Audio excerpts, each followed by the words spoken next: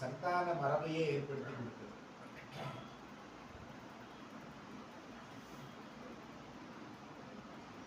அச்சுத கடப்பாரர் அப்படிங்கிறவருக்கு வேண்டிய பொழுது திருமுறையில சாட்சி எந்த பதிகம் வருதோ அந்த பதிகத்தினாலே ஞான குழந்தை பிறக்கணும் அப்படின்னு கேட்ட பொழுது இந்த பதிகத்துல பேயடையா திருவெயிலும் பிள்ளையினோடு உள்ள நினைவு ஆயினவே வரம் பெறுவர் ஐயுற வேண்டாம்.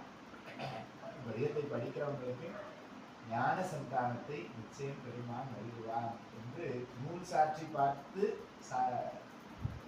சாட்சி சொன்னது இன்னை வரைக்கும் அது அடியார்களுக்கு பலிச்சு. பேயடையா பிரிவெய்தும் பிள்ளையினோடு உள்ள நினைவு ஆயினவே வரம் பெறுவர் ஐயுற வேண்டும்.